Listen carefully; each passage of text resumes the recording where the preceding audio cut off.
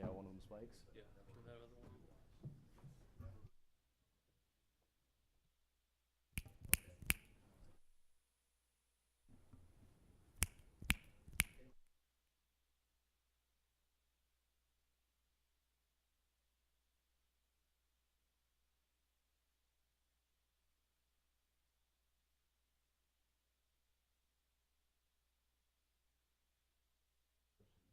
Is two. So let's say Blumenauer talks into it. Test 1, 2, 3. Go ahead and turn it down a little bit. Test 1, 2, 3. 1, 2, 3, 4, 5. 1, 2, 3, 4, 5. 1, 2.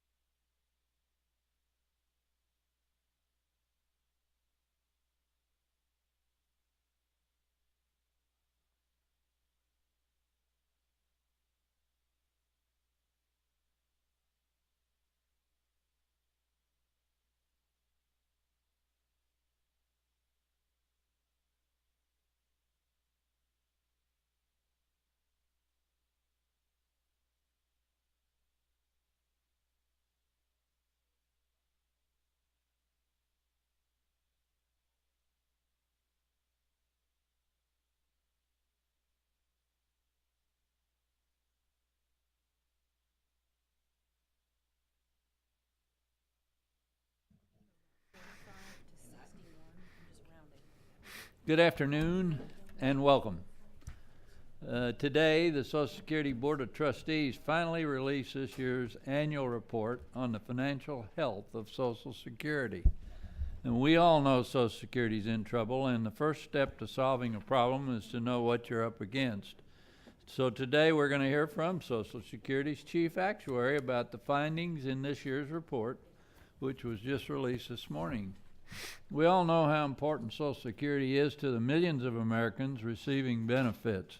And given the challenges facing Social Security, you would think these annual reports would be released on time.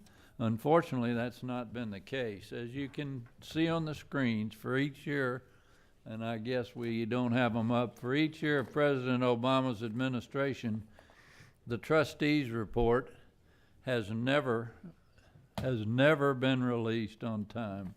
On average, they've been delivered around 75 days late, and this one is 82 days late, and that's not the latest it's ever been released. Let's be thankful that this year's report is not as late as the 2010 report was, which was 126 days late. The trustees' report is not a new thing. In fact, it was created as part of the 1939 amendments. Its original due date was the first day of each regular session of the Congress. In early 50s, the Congress extended the date to March the 1st. Then, in the mid-60s, the Congress shifted the deadline forward by one more month to give the trustees more time. The current April 1st deadline has been in place since 1968. That's not a suggested deadline. It's a mandatory deadline. The American people have a right to expect that the deadline will be met, period. Subcommittee oversees Medicare, and I wrote to the Secretary Lew, twice this year asking why this year's report was late. However, the Secretary did not think it was necessary to personally respond to our letters, and that's unacceptable, and the American people deserve better. It's clear this administration is not serious when it comes to Social Security. This year's budget didn't even include the president's usual empty words about fixing Social Security. Earlier this month, the president spoke about his plan for Social Security, but he forgot one important thing. The first rule when you're in a hole is to stop digging. During his recent speech in Indiana, the president suggested we should increase Social Security benefits and just ask the wealthiest Americans to pay a little more. Sounds easy, doesn't it? Well, even taxing every dollar of earnings wouldn't make Social Security solvent, let alone give the program enough money to pay higher benefits. President Obama's tax hike rhetoric doesn't add up, and neither does his math. Make no mistake, we should look to improve benefits for lower-income individuals who work their entire lives paying into Social Security and don't receive that much back in return.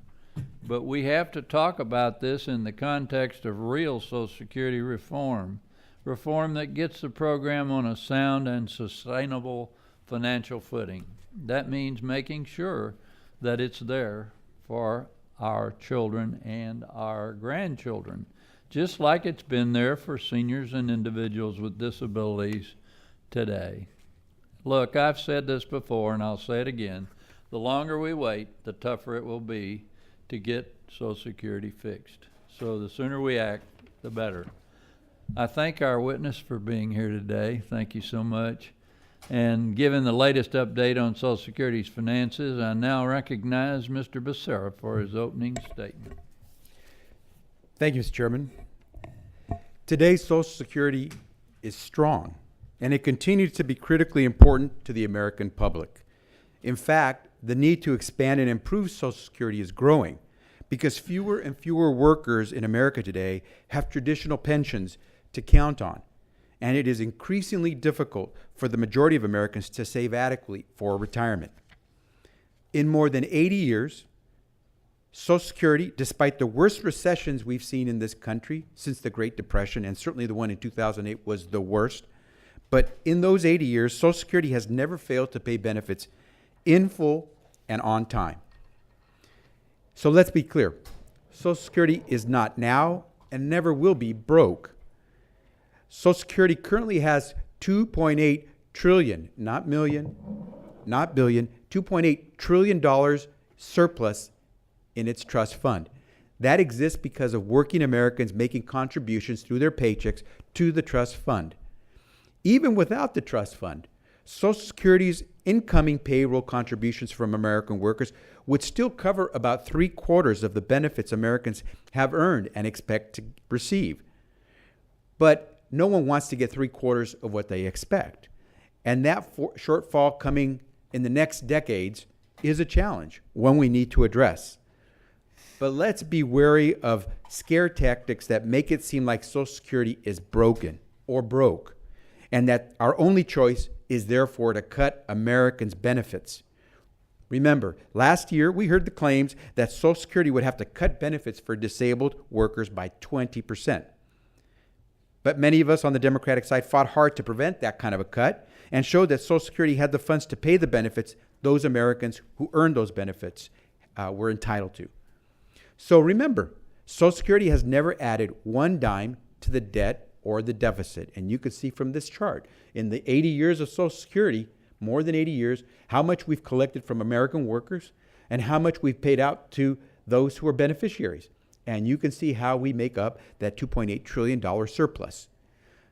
So let's put Social Security's challenge in perspective. Some people will say you can't count the $2.8 trillion Social Security has in surplus. And you can't count the money that everyday American workers are putting into Social Security through their payroll contributions. That it's all funny money. Well, here's the truth. Social Security is one of the only programs in our federal government that pays for itself.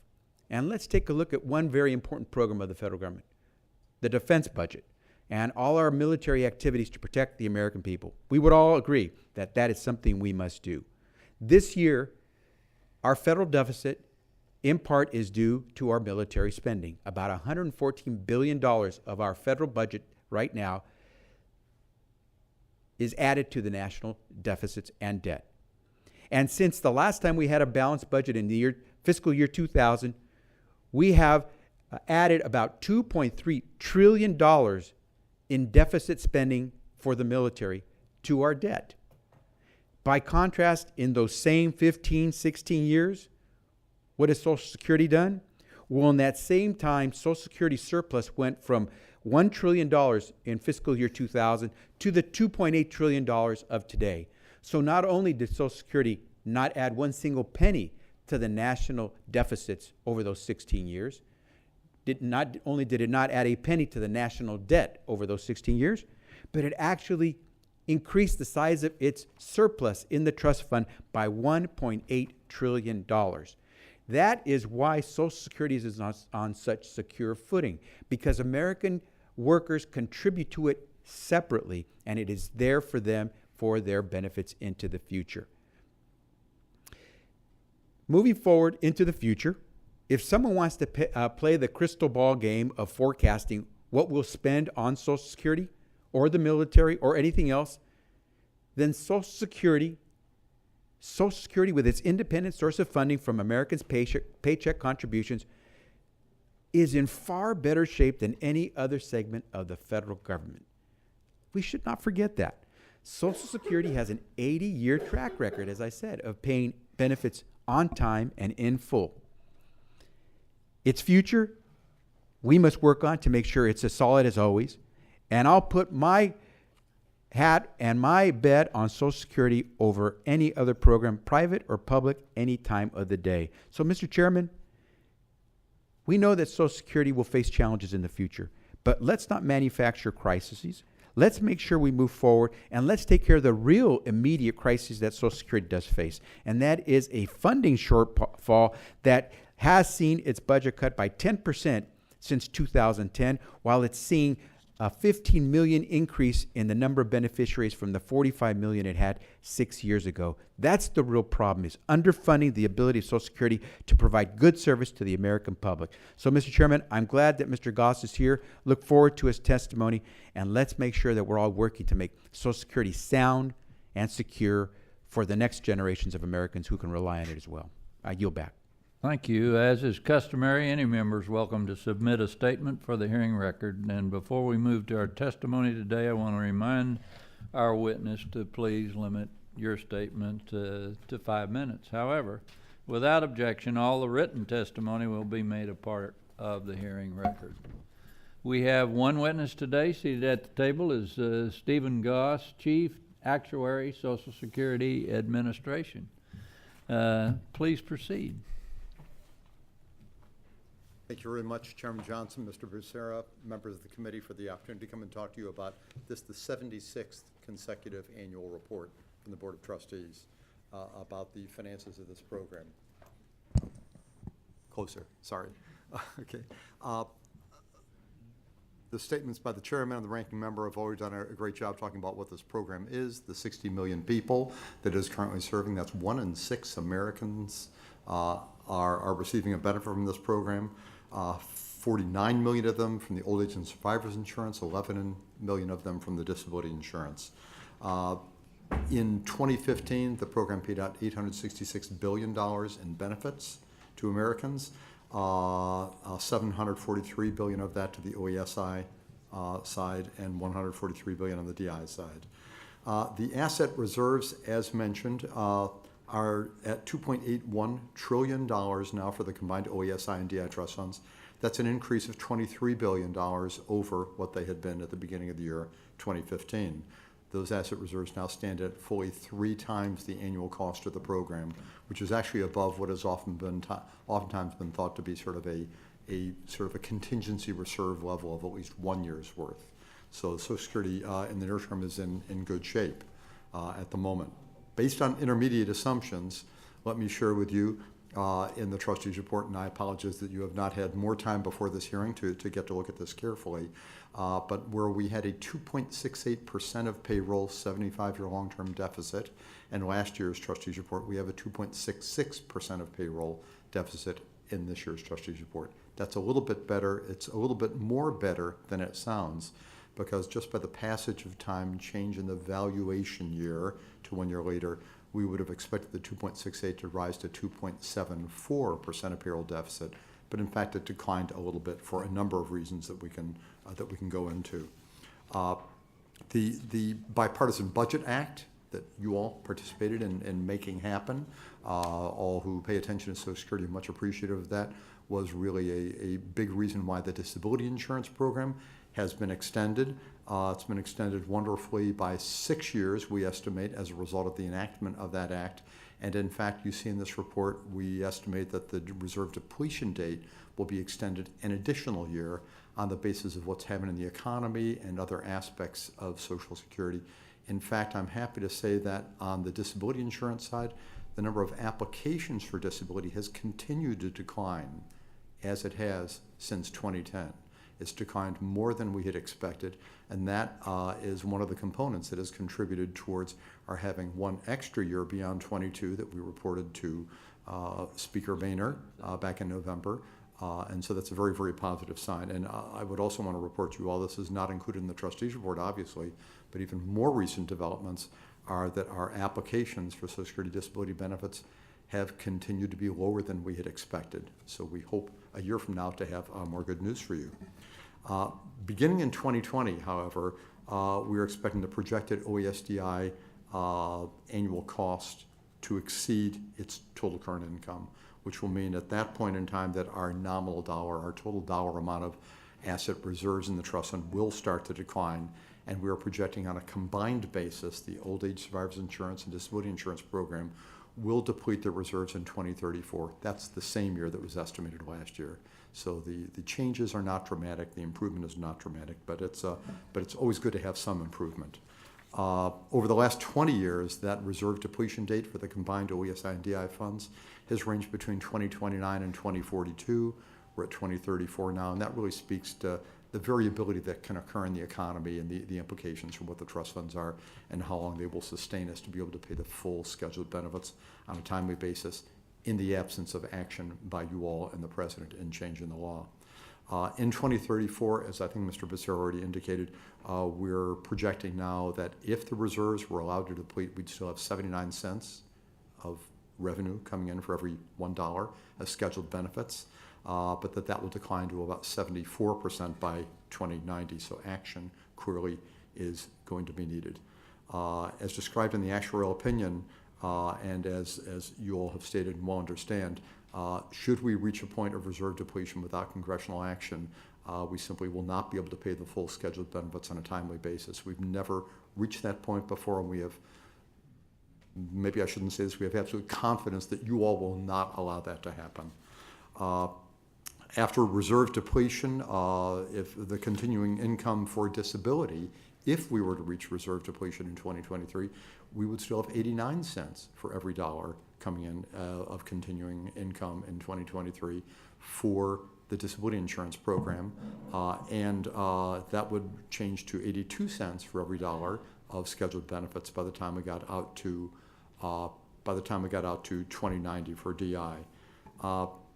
The one other thing that I really want to say is that all of the changes that we've seen happen over the last 20 years for disability insurance costs rising, and in the next 20 years for retirement costs under Social Security rising, is really a matter of the changing age distribution of our population, determined by the changing birth rates that we had after the baby boom generation and the lower birth rates that we expect in the future. We do need some changes in the future upcoming. We're looking forward to the proposals that you all will be developing, and we will be working with you in scoring to be able to make the changes necessary to keep Social Security in good financial shape for the indefinite future. Thank you very much. Thank you for your testimony. We'll now turn to questions, and as is customary for each round of questions, I will limit my time to 5 minutes and ask my colleagues to also limit their time as well. Mr. Goss, welcome. This year's report happens to be 82 days late. Can you tell us what caused the delay this year? Well, first of all, I would give you my apologies and apologies from my office on not having gotten this through earlier. As you all know, whether we have four trustees, as we had really involved in this year's report, because we did not have public trustees engaged, or 6 trustees, there's a lot to be done in putting together not only the Social Security report, but also the Medicare report. Since 1965, we've had both reports to deal with, and the trustees have deemed to always have both reports come out at the same time. There's a lot of complexity in both of these laws, lots of changes, and it just takes time for the trustees and their staffs to get together and make the decisions, which sometimes are difficult. When people get together and they have slightly different views on things, they have to work it out. They have to develop their consensus, and it takes time. The final point that oftentimes occurs and can delay the timing of the trustees' report is to find a time when all 4 or 6 trustees can all get in the same room at the same time. That's not always easy. And I believe earlier today, we had all 4 of our trustees, all ex officio members, were there, and that's not always easy to get that scheduled. Were they going the same direction? I'll tell you, I had to send 2 letters to Secretary Lew before a member of his staff could be bothered to respond, asking about the delay with the trustees' report. And I ask unanimous consent to place these 3 letters into the record. Hearing none in response, Treasury staff noted that this year's trustee report process was without the benefit of public trustees. Mr. Goss, briefly, what is a public trustee and how do they differ from others? Of course, our 4 ex officio trustees are those by nature of the job they have within the current administration. The 2 public trustees, who are put forth by the president, but with advice and consent from members of Congress. They're supposed to be of 2 different parties representing different views, and they do bring a broader perspective to the trustees than might otherwise be the case. So it is a positive to have them there. The law requires that, and when the president does propose public trustees and they get confirmed by the Senate, then we have them in place. We simply were not in that position this year. Well, some of our Democrats have argued that one of the most recent public trustees, Dr. Blyhouse, somehow managed to take over the process and change assumptions in the report to overstate Social Security's trouble. Is that true? Well, I would confess I've known Chuck Blyhouse for a long time, and I respect him much, but in the time that I have spent working with trustees over the past years, I've never seen anybody capable of overwhelming 5 others. When the trustees work together, they work towards consensus, and they all have signed the reports each year. So what you see, I think we really have to take, and I would suggest, it represents the consensus of all the members of the board. Okay, well, thank you for the answer. And in the time remaining, I'd like to shift gears and ask you about Social Security and taxes. Earnings up to a certain amount, called the taxable maximum, are subject to Social Security payroll taxes. This year, what is that amount? That's $118,500. Some have suggested we should raise that taxable maximum to cover 90% of earnings. If that were the case, what would this year's taxable maximum be? It would be a little bit more than double that level in order to get it back to the same share of all earnings being taxed as we had back in 1980. Would that be enough to make Social Security solvent, though, yes or no? No, in and of itself it would not. And if every dollar of earnings were subject to the payroll tax, would it be enough to make Social Security solvent, yes or no? In and of itself, it would not be sufficient. It'd go a long way, but not sufficient. So we can't tax our way out of to solvency. Well, thank you. I appreciate your testimony, and I'll recognize my colleague here for testimony. Thank you, Mr. Chairman. Mr. Goss, thanks for your testimony. Let me have you refer to the chart that's on the screen, just to be sure we do the simple math on Social Security. This chart covers the 80-plus years that Social Security has been in existence. On the left is the amount of money that American workers have paid into the system. As you can see, the gray bar represents the contributions, people's taxpayer contributions, their taxes paid through the payroll tax. The dark blue bar above it is the interest that's been earned on all the money Americans have put into the trust fund, right? The bar on the right, the red part of it, reflects what we've paid out. The Social Security Administration has paid out to millions of Americans who've received their benefits. As you mentioned, 60 million Americans today are receiving Social Security benefits. That's how much we've paid out in those same 80-plus years. You can't really see it, but there's a little bar, a dark bar right on top of the red bar. That represents the administrative costs, the overhead for Social Security to do its business, less than 1%. Mr. Goss, you've been doing this business for a long time. Are you aware of any business in America that does insurance that operates at a overhead of less than 1%? Unfortunately, no. Yeah, I think we're unique. Yeah, I know of, and whether it's your retirement plans or whether it's your savings accounts, I know of no business that can tell me that of the money I put in, that company's only going to take less than 1% to operate the business and charge me for their overhead. And as we can see, there is a surplus there, $2.8 trillion in what's been collected through American workers' contributions and what we've had to pay out. I just said that over its 80-plus years, Social Security has never run a deficit, has never contributed a penny to the nation's debt. Is that an accurate statement? I would agree with that, certainly in the sense that Social Security, it actually, in effect, absorbs debt from the rest of the government. Social Security actually makes loans to the Treasury. And when we look at the roughly $19 trillion of total federal debt, that's comprised in part of the debt that the Treasury owes to Social Security. So I think my view is that it would be accurate to say that Social Security does not contribute towards the debt. Actually, it helps finance some of the debt, which otherwise would have to be borrowed from the public. So now let's look forward, because let's not try to deceive anyone. That surplus that we have, the 2.8 trillion, that's a lot of money. But over the years, because there's so many Americans, 60 million plus, and that's going to grow with the baby boomers retiring, are going to be calling on that money that's in reserve. And by 2034, if the estimates are accurate, we'll have exhausted all of the reserve. that means that the only money coming into Social Security will be the money American workers are paying in through their payroll taxes. And that would be enough to cover about 79 cents, I think you said, of what we currently provide in a dollar's worth of benefits. No American wants to get 79 cents of what Americans today are getting at a dollar apiece.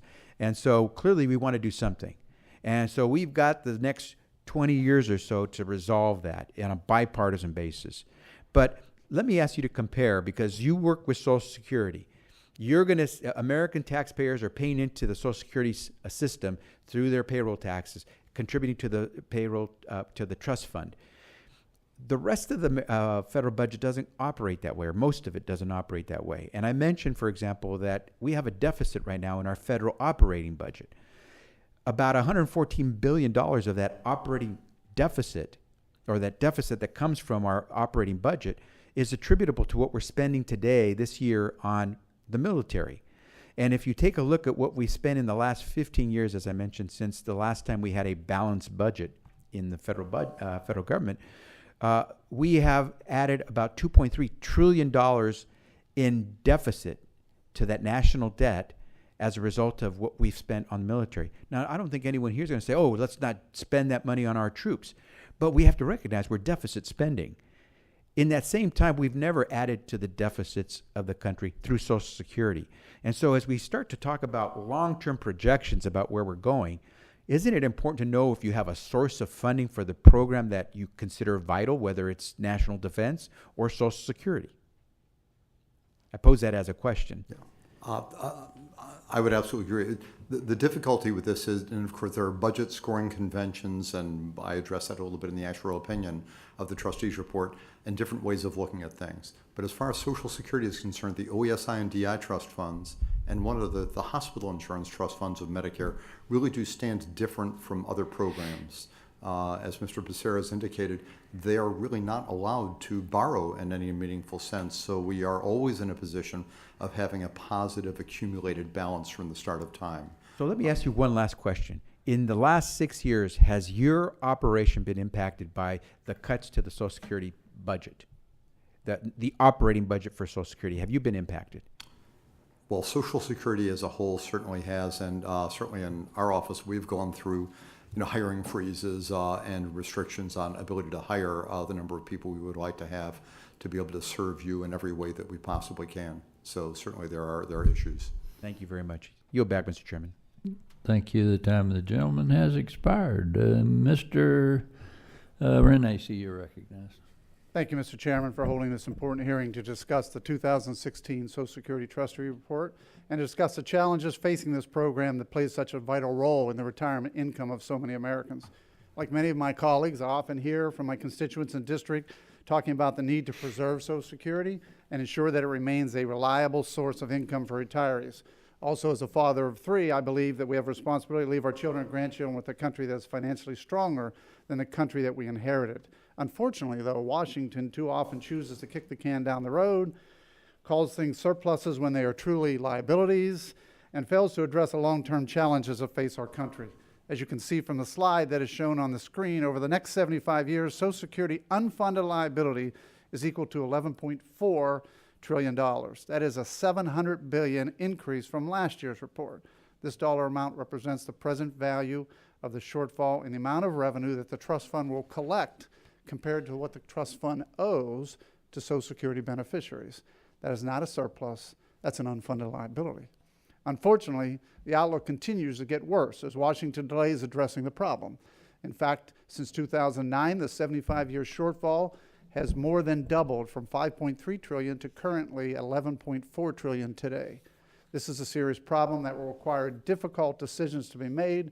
I believe that we must first start by fully understanding the financial challenges that we face, not only in Social Security, but also in all unfunded liabilities of the United States. In the next few days, a bipartisan group that I belong to will be introducing legislation to bring further awareness of both to lawmakers and the American people the unfunded obligations that our country owes on all of our social insurance programs. Our nation's finances are one of the most important pieces of information that lawmakers should consider when setting the policy agenda for Congress, but too often I believe that many here in Washington want to ignore those true issues. This bipartisan legislation will simply require the Comptroller General of the United States to present the financial report of the United States in a joint session of the House and Senate.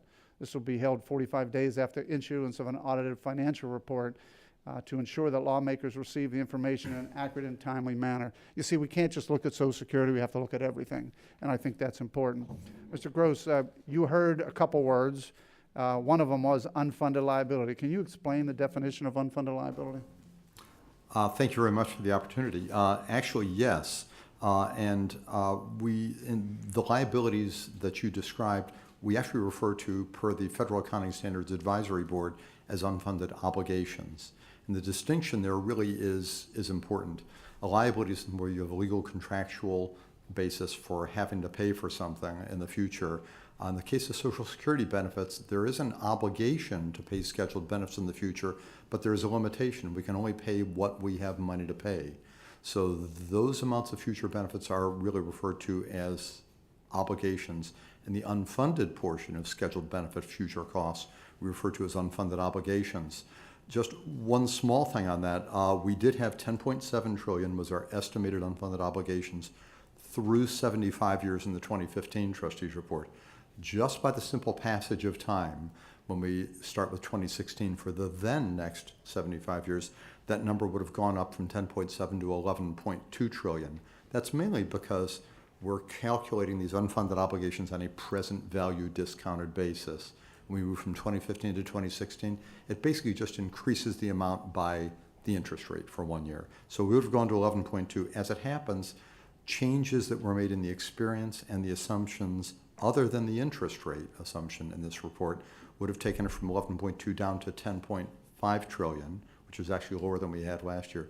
The one assumption that caused it actually to be larger than last year, even with a valuation period change, was the change in the long-term ultimate interest rate from 2.9 down to 2.7%.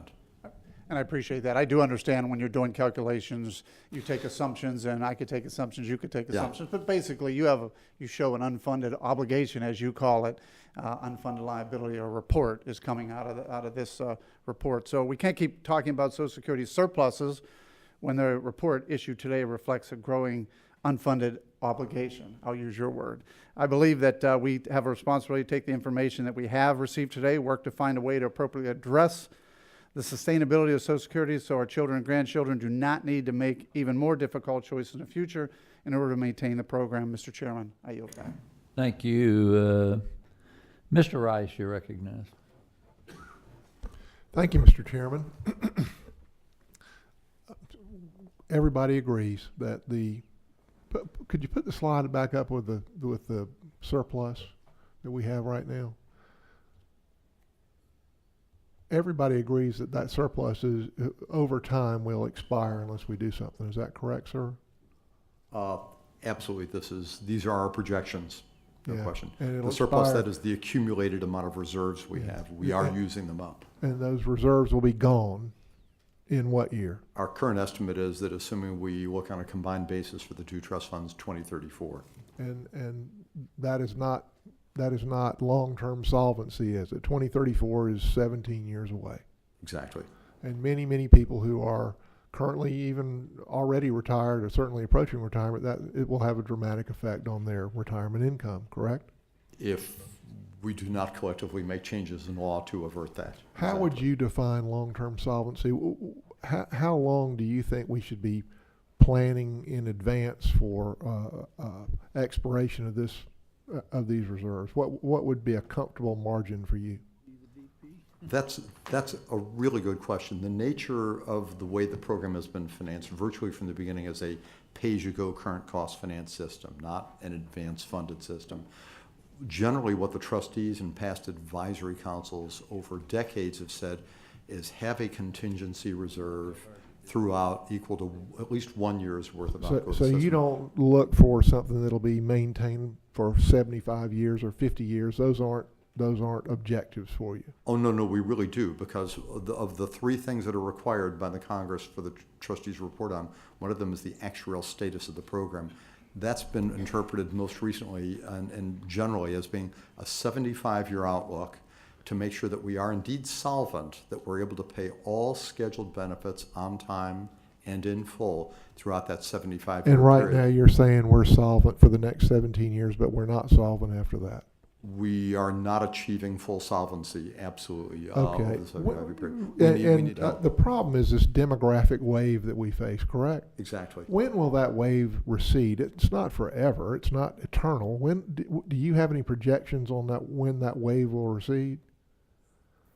This is the perfect question. Thank you very much. Many people have thought in the past that the baby boom generation being large will come in, they will cause us first disability increased costs, which they already have.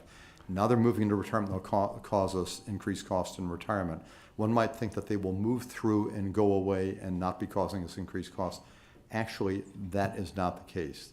The reason we call it a baby boom generation is actually because the birth rates dropped And they're after continuing to 1960 drop. and have stayed So at a you lower don't level. see this wave receding within the 75-year window? This wave is not receding. In fact, it's the reason why we're going to go from a total cost Okay. of 5% of GDP Thank you. up to 6% I just have of GDP. very limited time. I hate to rush you, and I'm sorry. What specific proposals has the administration made to give solvency to the Social Security Trust Fund for the next 75 years? The administration, many members of Congress have looked at various different options. What specific proposals has the president made? We saw early on a proposal relative to the cost of living adjustment. We've seen So proposals that's change relative to CPI. immigration. Change CPI you're talking about? That was early on in the That was administration. It was mentioned. that was a specific proposal. What Exactly. other specific proposals has he made? There have been proposals relative to comprehensive immigration reform, and I think those have been the primary ones that have been specifically put Comprehensive forward. immigration. That doesn't really deal directly with Social Security. That deals with immigration. Exactly. So the only proposal he has made is to cut the cost of living adjustment. That's it. There have been, Let me ask you yeah. this. How long would that make the Social Security Trust Fund solvent? How many years would that add? I know you've run those numbers. How many years would that add? oh wow, we have that available up on our website. It would probably add 2 or 3 or 4 years. 2 or 3 or 4. to the year of so reserve instead of it depletion, being yeah. 16 years from now that the trust fund goes broke, it would. We're talking about 20. That's not exactly long-term solvency of the program, is it? But we know that a full comprehensive fix is going to include lots of moving parts. But we haven't seen any proposals from the administration other than that one of cutting the cost of living adjustment. Is that right? Well, there have been other things like the claiming strategies, the aggressive claiming strategies that were addressed in one of the budgets. Okay. All right. What would you suggest? Do you have any suggestions for us on how we fix this? I mean, it gets more expensive every year to fix it, correct? What suggestions would you have? I mean, you've got limited options because you've got revenues doing like this and you've got expenses doing like this, and the expenses are going to pass the revenues about 20/20, right? So you've really got limited options. You either got to increase revenue or you got to decrease expense, right? So what would you suggest? What specific ways would you suggest to fix Social Security besides the change CPI? What I would have to say, and the way we have to do our job, is never really to answer that question. And I apologize for that, because what we want to do is work for people on both sides of the aisle on all of the ideas that they have for making changes to either increase revenue or alter revenue or to reduce Yeah, but you're an benefits or alter actuary. benefits. You That's can do just this, because you we're can an do this on actuary. the back of your hand. You know, have you seen the AARP marketing about tell the presidential candidates to take a stand? Have you seen that? No, I haven't. Well, it's been a lot on TV. It says, tell the candidates to take a stand. I want to know what specific proposals you would make for long-term solvency, 75 years. The only thing I could possibly say here, well, first of all, let me ask you this. Whenever we have dealt over the decades that I've been around with members of Congress in private or in any other form, we always ask, what precisely is your goal? 75-year solvency. Okay, so 75-year solvency is the goal we want to achieve. Then the question is, do we want to do that by lowering the scheduled benefits, staying within the 12.4% tax rate we have, or do we want to maintain the benefits and find more revenue? Okay. That really is the See, my fundamental friend, here's question. what I think the American people are upset about. We keep telling them what the problem is, but we're not offering solutions for them. The administration's offered one, and that's cut the COLA. I'm asking you for solutions. Okay, well, we fortunately have up on our webpage, ssic.gov/OECT, over 100 individual provisions, actually not that we have come up with, but that members of Congress have. And here's a little version of it. I'll get a couple copies if anybody would like it, but it's right up on our webpage. All your staff have ready access to this. Well over 100 different provisions that affect Social Security in almost every way you can imagine. So what we really need now is for a collective judgment to get together and pick which of these different provisions we want. You guys are waist deep in the swamp. You know Time of this the better than gentleman anybody has else. expired. Thank you. Mr. Kelly, you're recognized. Thank you, Chairman. Mr. Gross, thanks for being here. I wanted to go back to what the chairman started with, and a question about Mr. Blajas being on the commission, and the question then came up, and in the Huffington Post with Senator Schumer, Senator Warren, and Senator Whitehouse, something that says it was kind of curious. See how they said it, because it was kind of interesting. I thought the way they stated it, more or less that there was it was curious. There was curiously incorporated a number of assumptions playing up the potential insolvency of the program, and it had to do with Mr. Blajas. You would say there's nothing he's done in that time period that would make you think that somehow this is politically motivated, and that him being reappointed, even though the president is the one that nominated him, that it causes a problem. Are you in agreement with that?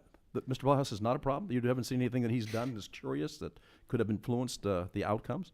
Well, I've been fortunate enough to work with the trustees all the way back to our very first two public trustees, Mary Falvey Fuller and Susan Denbo Jaffe. And it's really been a pleasure in working with all of them. We understand that they come from different So he's perspectives. not a problem. You don't look at him as a problem. You don't look at anything curious about his behavior or anything that he submits, or as being one of the trustees. It's really not our place to evaluate whether somebody is a positive or negative. What I would say is really what I take to be wonderful about this process is that we get 4 and generally 6 different trustees involved with different views, and that Yeah, but you they did say coalesce. there's none of the trustees that has an overwhelming influence. That is absolutely true. There are 6. Okay, so I'm going to take No it one that or as two a are body, you no don't one see or any two problem. can control. Okay, Yeah. but I think the fact that, and I'd like to submit this for the record if I could, Chairman, it comes out of the Huffington Post, where the 3 senators seem to be alarmed that somehow that Mr. Blajas would be reappointed. It doesn't seem to me that it's an objective statement, but again, we live in such a political environment. We'll try to do these things.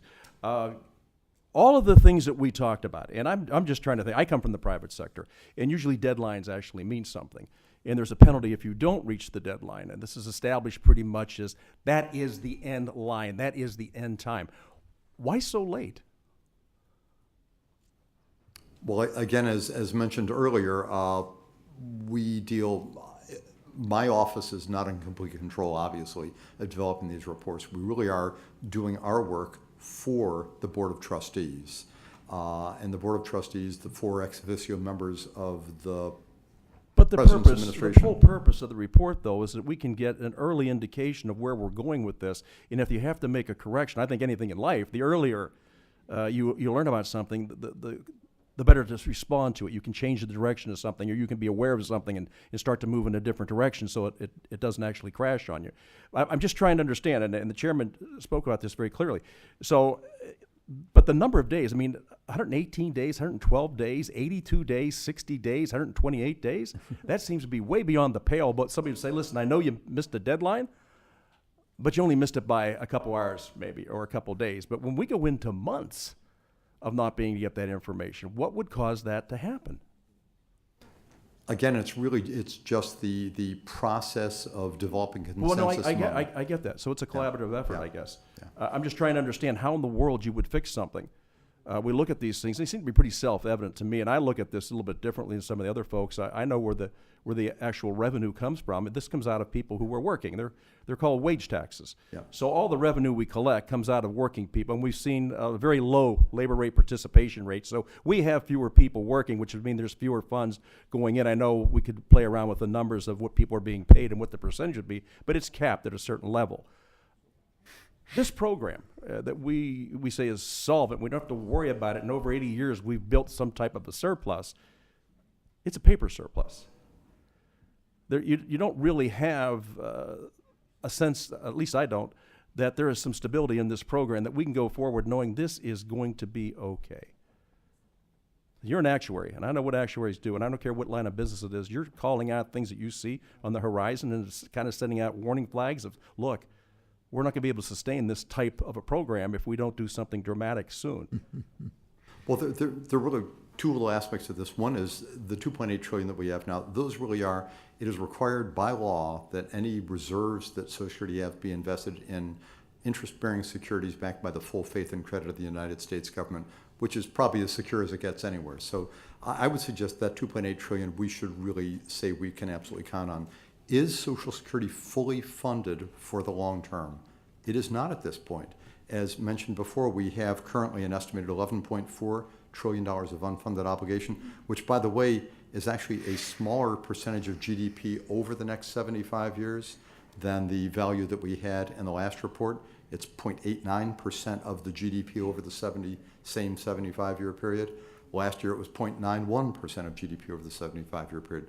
So expressed, because remember, $11.4 trillion sounds like an awful lot of money, but that's a 75-year shortfall. We have to look at it relative to the 75-year wherewithal to be able to cover that.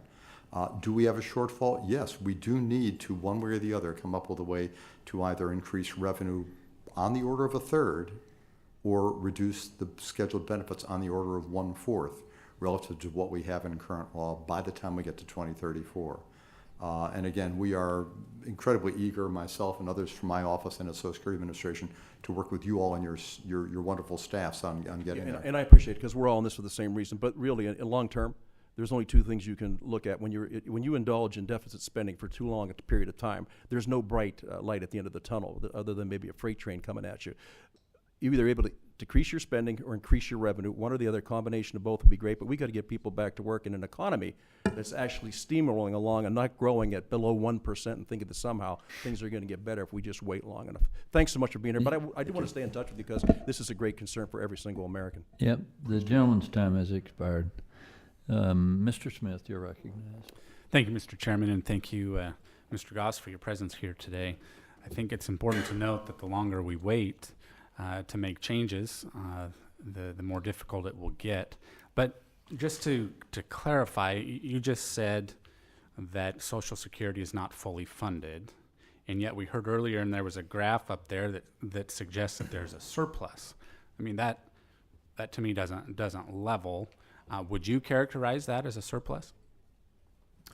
Well, it's an accumulated surplus we've had up to this point. We do have $2.8 trillion available now. I hesitate to sort of try an analogy, but if we had, for instance, we want to put our child through college for 4 years, and we have enough money available right now to pay for the first year, but not the latter 3, then we do have a nice piece of money here ready to cover 1 year. We Would simply that be a have to, surplus? we have to come Would you up. call that a surplus, given the suggestion of obligation for a 4-year degree? Well, it's certainly a surplus in the sense that, in that case, and certainly in this case, where we have since the inception of the program, first taxes collected in 1937, we have accumulated more tax revenue collected than we have paid out to date.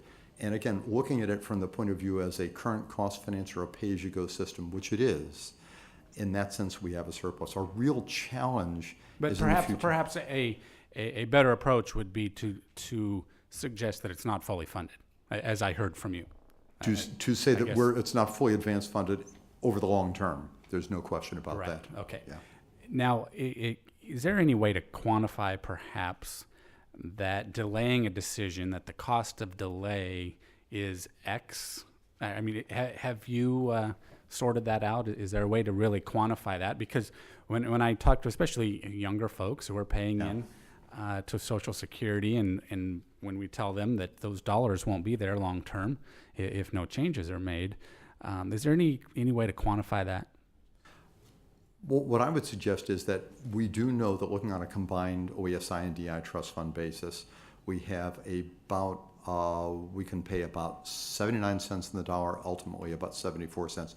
So we are about 25% short in benefits, But on the ability to pay benefits. On the continuum of time, Right. that the longer we wait, I mean, it only gets worse. But here's the question. If we were to enact a proposal today that would lower benefits by about a quarter or raise revenue by about a third as of 2034, that's exactly the same 2034 problem as if we enacted 5 years or 10 years from now.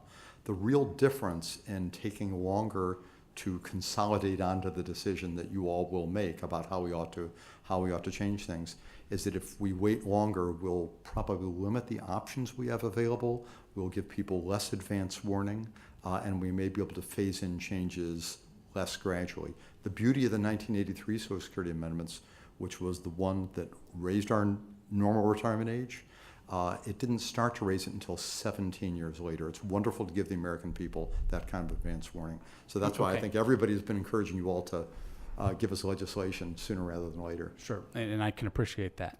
Now, previous messages from public trustees have noted that even if not a single dollar were paid to new beneficiaries once the trust funds are exhausted, there still wouldn't be enough money to pay benefits for those already receiving them. Is that still true? That is true. That's a rather interesting notion, though, of saying that every year we have the number of people who start to receive benefits is roughly 5% of the total number of people who receive benefits. So I'm not sure that anybody would seriously consider saying, let's continue to pay full, unaltered benefits to all the people that started receiving benefits a year or 2 or 3 years ago, but new people coming in will get nothing. But it helps us reflect kind of the obligations that are there, and I think it is very advisable for us on both sides of the aisle to acknowledge the realities that are out there. I mean, I cannot suggest that there is a surplus given all of the obligations long term, and believe me, we need to think longer term about especially this issue, given what has been promised over the past and hopefully well into the future. Thank you. I yield back. Thank you. Mr. Buchanan, you're recognized. Thank you, Mr. Gross, for coming. We all appreciate it. I'm from Florida, Sarasota. 217,000 people in my district out of 700,000 that count on Social Security. But I wanted to go back, the gentleman's point from California about the surplus. I mean, really, as you mentioned, there's really no money there. It's an IOU from the federal government. Is that right? Well, to the extent that any treasury bond or savings bond that any of us might hold is an IOU from the government, that would be true. So basically what you've got is that 2.7 trillion or whatever that number is treasuries from the federal government. Is that right? It's treasuries, exactly. And it represents, of course, the excess funds that have been accumulated by Social Security by having taxes more than what we spent with interest. When you look at your ability to get repaid, my concern is, and when I ran for Congress, I was concerned about the $130 billion deficits when I came in 07. You might remember back then it was about $130 billion that year. We went from 8 trillion and change to almost maybe 8 to 9 trillion in that range. Today we're at $19 trillion. We've accumulated in 10 years $10 trillion in debt. So I ask you, when you look at the viability of, when you're counting on the government, in a sense, for their ability to repay, I mean, you're counting on that $3 trillion to make sure you can get to 2034, but as they accumulate debt, and there's plenty of blame to go around, it's not a Democrat, it's both, I'll put it that way right up front. But when you look at the health of the lender, basically, or the borrower, I mean, how do you factor that in, or do you factor that in, the fact that they're almost $20 trillion in debt? And if you had the normal cost of money today, well, it's been over the last 40 years, it'd be 4 or 5%. You could have interest $700–800 billion on that debt if it got backed up to where it's historically been. So I guess I ask you that question. When you look at this, you look at your ability to get repaid to $3 trillion, you got to look at the U.S. government and their ability to pay. Are you confident that 10 years from now, if we keep going down this track, you're going to ever see your $3 trillion? Well, I would suggest that if we ever reach a point where the federal government as a whole is unable to repay the gradual amounts of annual shortfalls that Social Security is drawing from its trust funds, we will probably have much more severe problems than just the situation with Social Security, given the level of debt that we have. Let me just say, I was born in Detroit, a great city, lived in the Detroit area, my wife and myself, and fourth largest city in America, very viable, went bankrupt. And you know what? All the firefighters, the police officers, a lot of my family members in the Detroit area, I've heard all the stories, I live in Florida now, But they took a haircut, all of them. And I never would have imagined for a lot of years that that would ever happen to Detroit. It's a great area, great city, but obviously it took, everybody got a haircut. And when we just kind of not pay any attention to the debt and the the other liabilities are out there, we're kidding ourselves, frankly. And that's why the sooner the better that we work together on a bipartisan basis to deal with this. The second thing, let me just ask you, cost of living. A lot of the seniors, I do a lot of town halls, they want to know, they didn't get cost of living the last year or two. What's your thoughts on that? And then, of course, again, next year, where do you see that going? The CPI that determined last year's cost of living adjustment, which turned out to be 0, we actually had the CPI going down by, I think it was 3 or 4 tenths. In order to have a cost of living adjustment coming up December of this year, we have to make that up by the rules of the way the cost of living adjustments work and go above. Our current projection, our estimation in the new trustees report is that we will have a 0.2% increase for the cost of living adjustment. It depends on lots of factors in the economy. We've all seen the price of gasoline going up some. So at this point, we are expecting we should be on the order of 0.2. Could it be more or less? It depends on what happens between now and the end of September. So your thought there might be something next go around? Our current expectation and our projection is that we will have a positive and cost of living adjustment next time. Thank you. Okay. Thank you. Mr. Dole, you're recognized. Thank you, Mr. Chairman. And Mr. Goss, we certainly appreciate you coming in and testifying before us today. I think the common theme that you're hearing from everybody is that we're looking to try to figure out in a bipartisan way how we can move forward. How do we make this solvent? And as you were talking to my colleague, Mr. Rice, 75 years. So when you say, what do? We want something solvent for 75 years. And as we look out there, you say, well, we're not really responsible for coming up with ideas. Frankly, you're the ones that are living it each and every day. You know the ideas that are going to work, the ideas that potentially aren't going to work. And so let me put you back on the hot seat just a little bit. Out of the 100 proposals that you've seen out there have to be a couple that have risen to the top. And again, Mr. Becerra is here representing the other side of the aisle. I'm sure he's interested also in ways that we can try to make this solvent. Because the one thing that we do know is life expectancy when Social Security was enacted was significantly lower than it is today. Exactly. Do you know what the life expectancy was when Social Security was enacted, roughly? Life expectancy at birth or at 65? Life expectancy when Social Security actually came into the fold. It was, life expectancy at 65 was considerably less than it is now, no question. So we're living a lot longer lives for many different reasons. And ultimately what that means is it puts additional pressure on us, largely because, again, we've got our labor force participation rate, which, as Mr. Kelly pointed out to us, that's the economic engine that's actually funding Social Security today. My question to you is, we look at this, and back in the 10th District in Illinois, we've got about 105,000 people that are on Social Security. A little over 83,000 of those are over 65. And is there a way that we can be focusing, as opposed to an across-the-board increase, ones that we can help perhaps those that need it most? Some of the low-income earners, have you seen some of the proposals that are intriguing out of the 100 that you have listed on the website? Well, there's no question. We have a lot of proposals in here that would operate for people at different lifetime earnings levels in very differential ways. We have one proposal that suggests that, for instance, in our benefit formula, which now has a weighting to give a higher rate of return, a higher replacement rate for low-income folks than high-income folks, to make that tilt stronger. We've had proposals that would increase the now really ineffective special minimum benefit that we have for folks at the bottom end, because it was only CPI indexed, and so it's in effect disappeared in terms of effectiveness, to restore a minimum benefit. We've seen proposals that would, and these proposals can be done in such a way that they would have an overall savings by lowering the rate of return for the highest earners and increasing to some degree the lower earners. So we have lots of different approaches. But also mention there's not only the payroll tax, but in fact a former, although fairly brief, chairman of this committee and chairman of the House Budget Committee had at a point in some of the stuff that we scored proposed having employer-sponsored group health insurance premiums subject to the tax that contributes to the Social Security Trust funds. So we have lots of different potential ways we have indicated here for generating more revenue, lots of different ways for altering benefits, some of which could be across-the-board reductions. Some would reduce higher earners more than lower earners. So we have a great variety. To the point of what I could speak to is there are some provisions that we've probably seen more often than others. And ones to, for instance, as mentioned here, increase our taxable maximum from 118,500 to something a little bit more than double that, to restore back to where we were in 1983 and 1984, where we did have 90% of all wage income falling below our taxable maximum.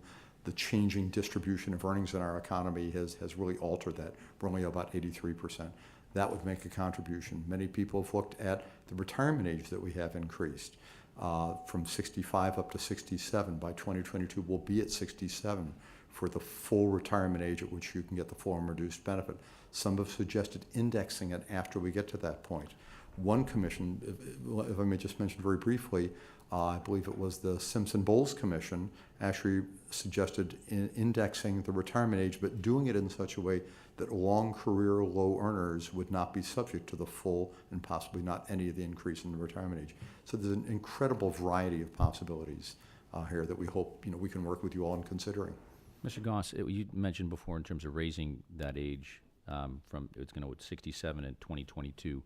What does raising the age by an additional year do to expanding it from what it is now in solvency at 2034?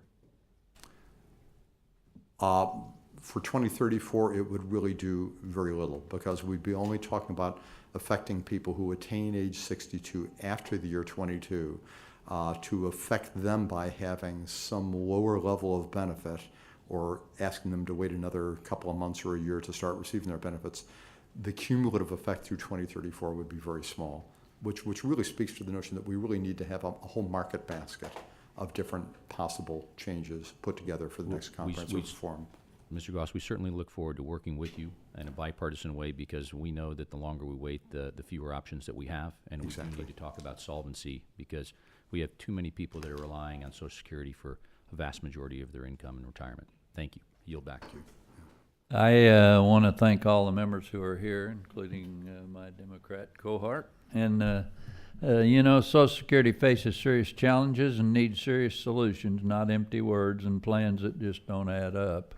I look forward to working with all my colleagues and to you too, Mr. Goss, to find ways to make sure Social Security is a program that our children and grandchildren can count on, just as seniors and individuals with disabilities do today. I want to thank you again for our witness, for his testimony, and also thank all the members for being here today.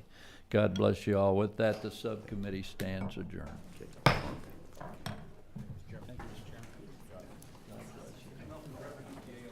Thank you for being here.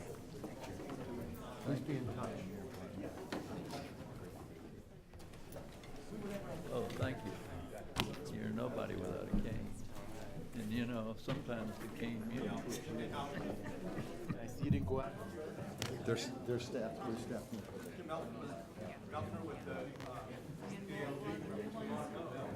Yes. Hey, thanks for coming in. Oh, a pleasure. I always feel, all Americans, Democrats, Republicans, I talk to standing lawyer in there.